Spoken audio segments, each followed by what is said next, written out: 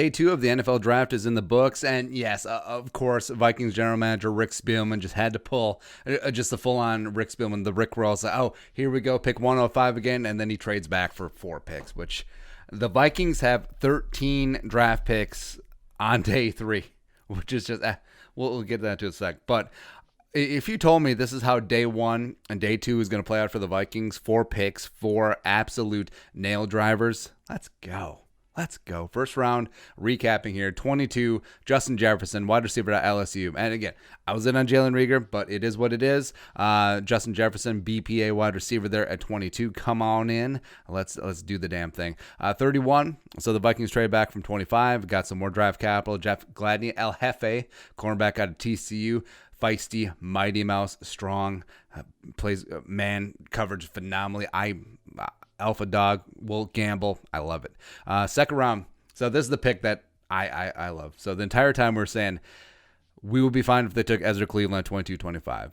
Athletic as hell, perfect scheme fit. One of the big reasons why Alexander Madison ran for a bazillion yards in Boise State 2017, 2018, and then boom, all the way down to 58. The board could not have broken better for the Vikings. They had their choice of Ezra Cleveland and Josh Jones at 58.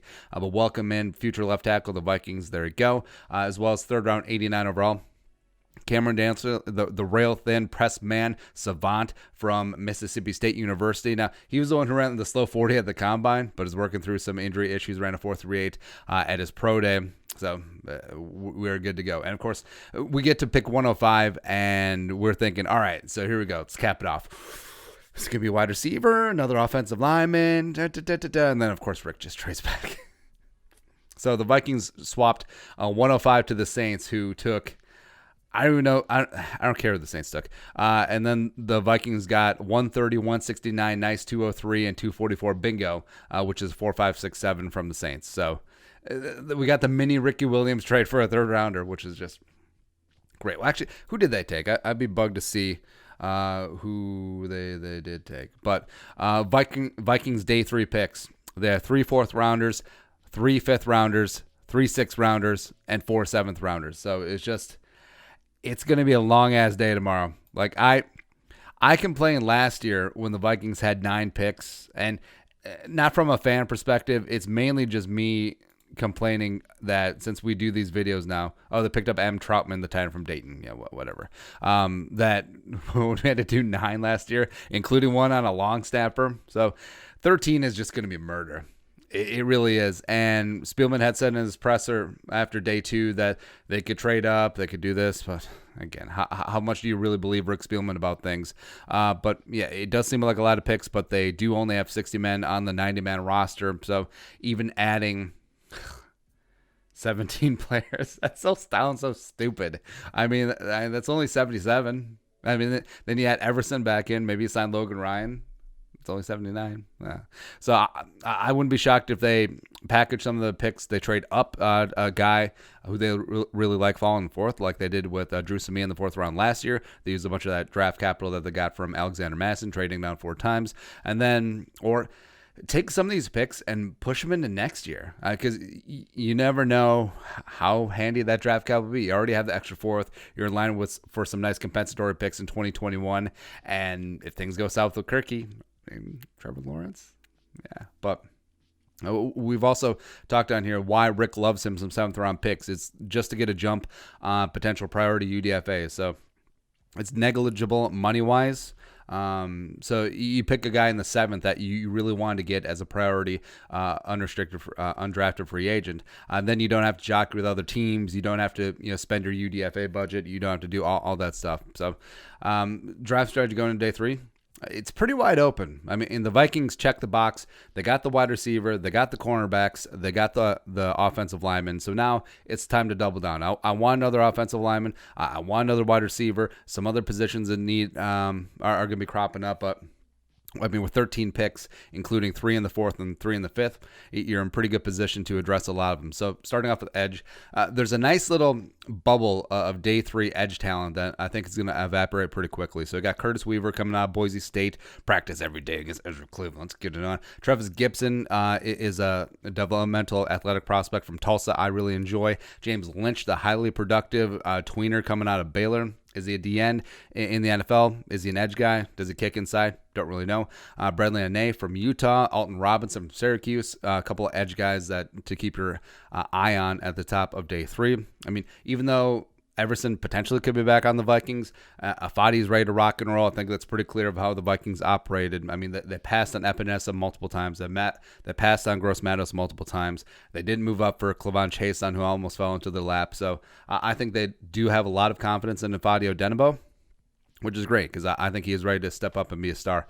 Also, interior offensive line. So you could go another tackle again. Ben Barsh, Prince Tega Wanogho are hanging out there. But if you do see O'Neal and Cleveland as your bookend tackles for the foreseeable future, it would make a lot more sense to kick inside. So I was so pissed when Jonah Jackson went to the Lions. I was so mad. It was just bad. But Nathani Mooney's still hanging out there chilling. I think a lot of teams were a little bit wary about his medical issues, especially since he can't get rechecks during the Rona time. Logan Stenberg from Kentucky, Solomon Kinley from Georgia, Shane Lemieux from Oregon, Tyler Biadish, utility interior offensive lineman from Wisconsin, as well as the guy that we pointed out, perfect scheme fit, Nick Harris out of Washington, plus #chemistry with Jake Browning. I mean, if they picked up Harris, I wouldn't mind that at all. I really want to. I think besides Moody, I think we're past the stage where the Vikings will pick up another starter on the offensive line, but I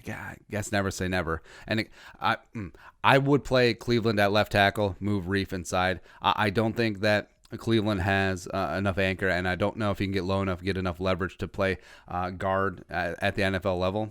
I could be wrong, or they could see it differently, which is fine.